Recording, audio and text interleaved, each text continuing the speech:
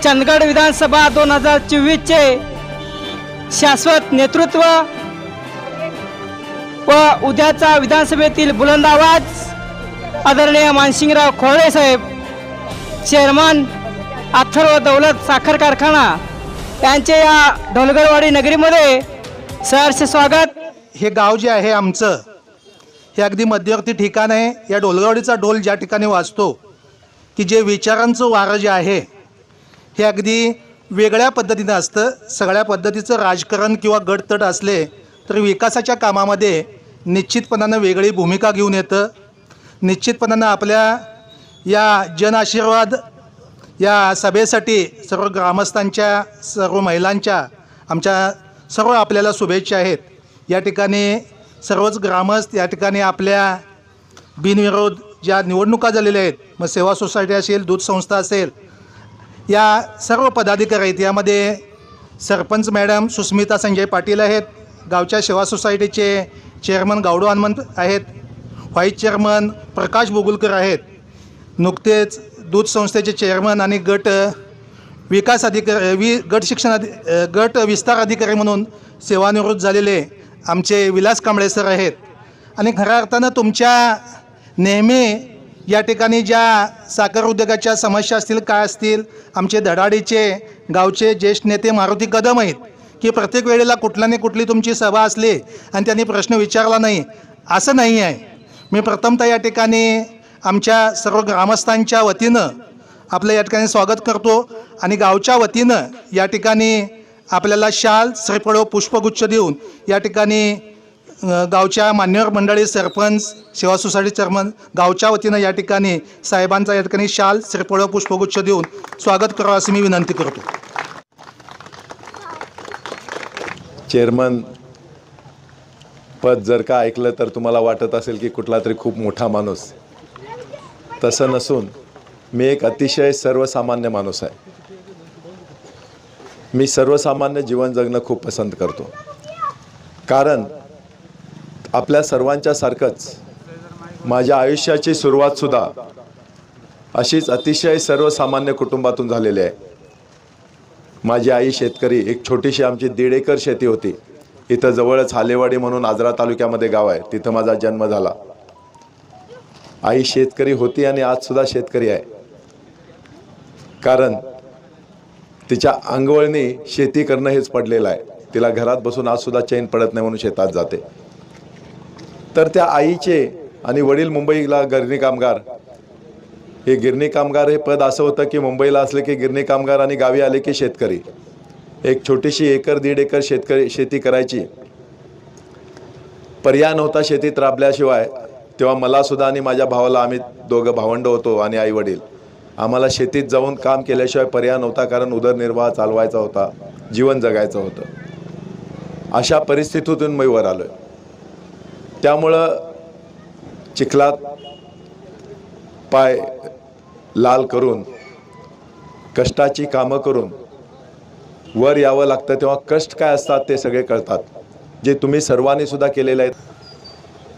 तर त्यावेळी हे मला कष्ट आठवले आणि मी दौलत घेतली। खरी तर सांगतो तुम्हाला, मला दौलत घ्यायची तशी काहीच गरज नव्हती, कारण आलो कुठून ते मी सांगितलं, कुठल्या ह्याच्यातून। त्याच्यानंतर शिकलो बिझनेस आहे। तो बिझनेस माझा खूप चालला, खूप चांगला चालू झाल्यानंतर खूप चांगले दिवस आले, आजसुद्धा चांगला चालतोय। त्याच्यातून मी खूप पैसा पण कमवला, एवढा पैसा कमवला की शून्य इन्कम, म्हणजे शेतकऱ्याचं इन्कम किती असतंय तुम्हाला माहीत आहे। वर्षभर कमवायचं आणि त्याचं सगळं ते खर्चच झालेलं असतं। वर्ष संपायच्या अगोदरचे जे कमवलेले असतात त्याचा हिशोब लागलेला असतोय, कुठं खर्च करायचे ते। त्या शून्य इन्कमपासून ते दौलत घेण्यापर्यंतची माझी मजल मारली। त्यामुळं एक्सपोर्टचा धंदा चांगला चालला आणि दौलतचं एक दिवस टेंडर आलं। त्याच्या अगोदर 10 ते 19 काय हाल भोगलेले आहेत हे तुम्हाला मी अगदी राजेशाही धंदा म्हटला तरी चालेल। 5 स्टार ऑफिसमध्ये बसायचं, एसीच्या खाली बसायचं, आरामशीर खुर्ची समोर, फोन करायचे, धंदा मिळवायचा। एवढा सुंदर धंदा असते वेळी सुद्धा मी दौलत घेतला, कारण माझ्या आई वडिलांनी केलेले कष्ट माझ्या डोळ्यासमोर होतो। आणि दौलतशी आमचं नातं तसं खूप जुनं, म्हणजे माझे वडील माझे काका शेअर होल्डर आहेत याचे, कारण त्यावेळी आजरा गडिंग्लज चंदगड तालुक्यात सगळ्यात पहिला कारखाना दौलत होता, त्याच्यामुळे इथले शेअरधारकसुद्धा आमच्या आजऱ्यातले सुद्धा होते. आणि तो एवढा चांगला कारखाना ज्या अर्थी बंद पडला आणि मी जवळून बघत होतो हा कारखाना कसा चालतोय, काय चालतोय, कारखाना खरोखर सुंदर होता, बंद पडायची काही गरज नव्हती. ह्या राजकीय डावपेच आणि त्याच्यामुळे बंद पडला असेल, नाही तो त्याच्यामुळेच बंद पडला. आणि तेव्हा मी विचार केला की शेतकरी बंधू हा केंद्रबिंदू बांधून आपण हा दौलत कारखाना चालवायचा. काहीतरी माझ्या आईवडिलांच्या सारखे जी इथं माता भगिनी आहेत, वडील मंडळी आहेत, ह्यांना न्याय द्यायचा. आणि ह्या दृष्टिकोनातून मी दौलत कारखाना घेतला. अर्थातच घेतला तेव्हाच माझा हेतू स्वच्छ होता आणि तो चालू केल की नाही टिकू देणार नाहीत माणसं. म्हणजे 3 पाटलांच्या विषयी बोललं जात होतं त्यावेळी, ती तुम्हाला टिकू देणार नाहीत.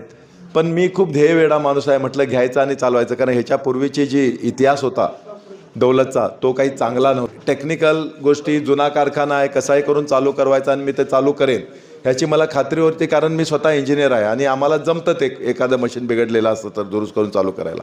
पण भीती होती ती मला ऊस मिळेल की नाही ह्याची.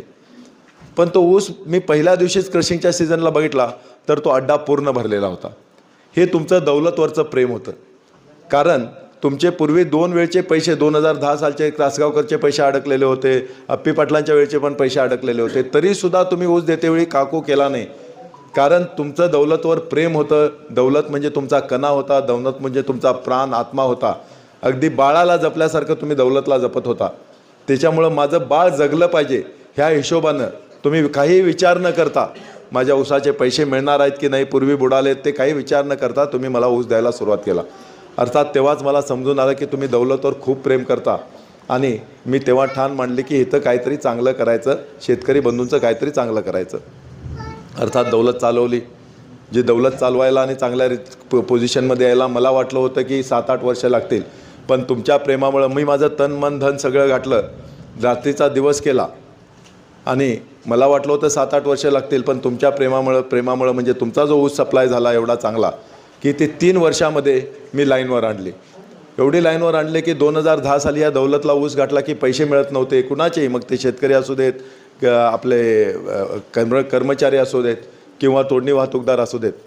त्याच दौलतला केवळ आम्ही घेतल्यानंतर 3 वर्षामध्ये महाराष्ट्र सरकारनं अख्ख्या महाराष्ट्रामध्ये दौलत हा कारखाना पेमेंटच्या बाबतीत 3 नंबरचा कारखाना ठरवला. टॉप 5 मधला 3 नंबरचा कारखाना ठरवला. अर्थात हे असंच प्रेम चालू राहिलं आणि आता 5 सीझन झालेले आहेत आणि दौलत व्यवस्थित चालू आहे. ह्या दरम्यान दौलत बंद पाडायचे वगैरे बरेच राजकीय प्रयत्न झाले, कारण राजकारणाचा अड्डाच पूर्वी दौलत होता. दौलतला केवळ आम्ही घेतल्यानंतर 3 वर्षामध्ये महाराष्ट्र सरकारनं अख्ख्या महाराष्ट्रामध्ये दौलत हा कारखाना पेमेंटच्या बाबतीत 3 नंबरचा कारखाना ठरवला. टॉप 5 मधला 3 नंबरचा कारखाना ठरवला. अर्थात हे असंच प्रेम चालू राहिलं आणि आता 5 सीझन झालेले आहेत आणि दौलत व्यवस्थित चालू आहे. ह्या दरम्यान दौलत बंद पाडायचे वगैरे बरेच राजकीय प्रयत्न झाले, कारण राजकारणाचा अड्डाच पूर्वी दौलत होता. दौलत चालू झालेलं किंवा व्यवस्थित चाललेलं काही जणांना आवडत नव्हतं, कारण त्यांचं राजकारण करणं बंद पडलेलं होतं.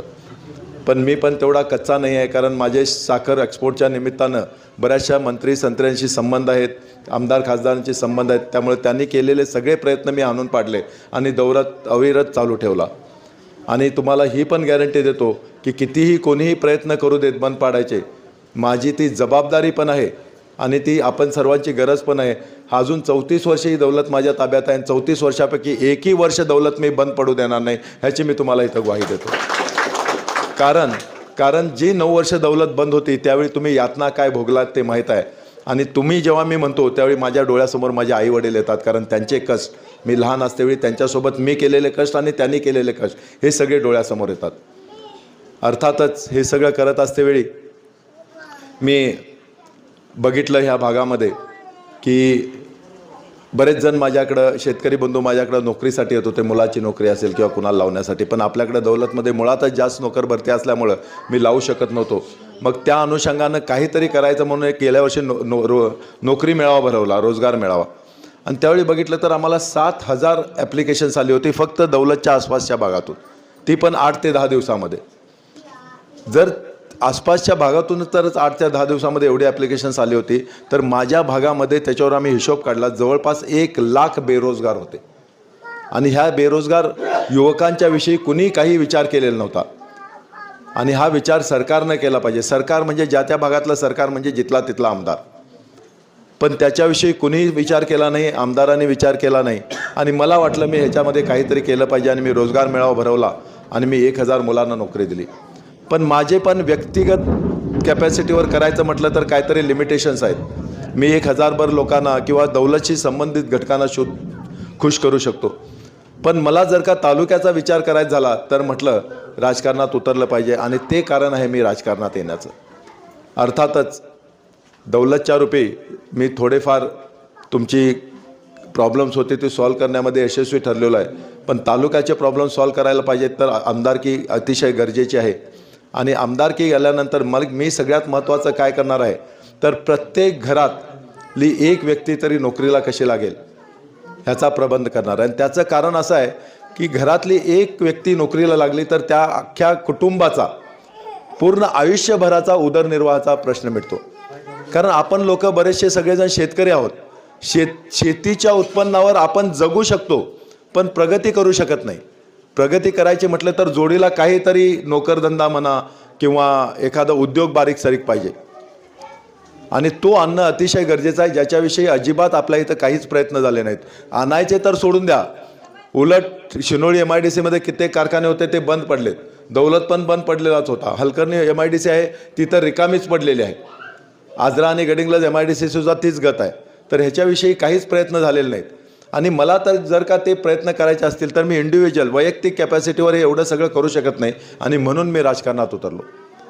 मला प्रत्येक कुटुंब सुखी कुटुंब बनवायचं आहे. आणि माझ्या सुखी कुटुंबाची व्याख्या अशी आहे जी आता तुम्हाला मी म्हटलं की प्रत्येक घरातला एक व्यक्तीला जर नोकरी लागली आणि सोबत आपल्या इथं शेतीची जोड आहेच तर ते नक्कीच सुखी कुटुंब होऊ शकतं. सुखी कुटुंब काय असतं तर मी सांगतो तुम्हाला, आजसुद्धा तुमच्यातले बऱ्याच जणांचे मुंबईला नोकरीला मुलं असतील. अर्थातच आईला ज्यावेळी मुलं येतात मुंबईहून, मुंबई पुणा किंवा कुठेही असतील बाहेर गोव्याला असतील, त्यावेळी खूप बरं वाटतं. 4-5 दिवस 6 दिवस पोरं आहेत तोपर्यंत खूप मजेत जातात आणि जातेवेळी तिचं मन ऊर भरून येतं. आता परत जाणार मुलगा परत किती दिवसाने येणार किती महिन्याने येणार काहीच माहिती नसतं. तेच जर का इथं नोकरी लागली तर रोज तो मुलगा आपल्या घरात राहील. सकाळी उठून नोकरीला जाईल, परत येईल, तिथं नोकरीचा पगार पण मिळेल, सोबत आपली थोडीफार शेती असते ती शेती पण करू शकेल, उत्पन्न त्यातून पण मिळेल. आपल्या आवडत्या माणसांच्या सोबत, लाडक्या माणसांच्या सोबत राहील. उद्या लग्न झाल्यानंतर बायका पोरं झाली तर तीसुद्धा इथं आनंदानं राहतील. आज असं आहे की बाहेर जे मुलं जातात त्यांना पगार चांगला असला तर मुलांना बायका पोरांना घेऊन जायला परवडतं आहे. पगार जर चांगला नसेल तर बायका पोरं पण इथंच ठेवून त्यांना नोकरीला जायला लागतं आहे. त्यामुळे नोकरी आपण करतो, बाहेर जातो, पण त्यावेळी पैसे मिळतात पण आपण सुखी नसतो कारण आपण आपल्या लाडक्या माणसांच्या सोबत नसतो. तेच मला प्रत्येक कुटुंब सुखी करायचं आहे. म्हणजे मला आपल्या लाडक्या माणसांच्या सोबत राहून कशी 4 पैशाची कमाई होईल ह्या दृष्टीनं पावलं उचलायची आहेत. 100% मी करू शकतो कारण गेल्या वर्षी माझ्याकडे राजकीय पाठबळ नसताना मी 1000 मुलांना नोकरी लावले. तर मला जर का राजकीय पाठबळ मिळालं तर 100% मी बऱ्याच मुलांना नोकरी लावेन. माझा 5 वर्षाचा पुढचा प्लॅनसुद्धा ठरलेला आहे. मी स्वतः आज उद्योजक आहे. बरेचसे उद्योजक माझे मित्र आहेत. आपल्या हलकर्णी फाट्यावर सगळं हलकर्णी MIDC सगळी रिकामी जागा आहे. एक 4-5 जर का मोठे मोठे उद्योग आणले, 1000-1500 मुलांना एक उद्योगात नोकरी लागली तर किमान 7 ते 10 हजार मुलांना मी नोकरी लावू शकेन. 7 ते 10 हजार मुलांना नोकरी म्हणजे 7 ते 10 हजार कुटुंब सुखी होतील. आणि ह्या दृष्टीनं मला पावलं उचलायचे आहेत. 100% मी हे करू शकतो कारण मी काहीतरी करून दाखवलेलं आहे. प्रत्येकजण येईल आणि म्हणेल आता तेच मी ही नोकरी लावतो ते करतो, पण कुणी केलेलं का मग नाही आज. अर्थात माझ्याकडे पॉवर नसतेवेळीसुद्धा मी केलेलं आहे. तर पॉवर आले तर त्याच्यापेक्षा कितीतरी पटीनं जास्त मी करू शकेन. आणि त्याच्यासाठी ते करण्यासाठी मी आज तुमचे मतरूपी आशीर्वाद मागायला आलेलो आहे. मला जर का तुमचे मतं मिळालेत, मतरूपी आशीर्वाद जर का माझ्या झोळीत पडले आणि मी आमदार झालो तर 100% सांगतो एक 10,000 कुटुंबांना तरी येत्या 5 वर्षांमध्ये मी सुखी करेन. म्हणजेच मी नोकरी लावेन.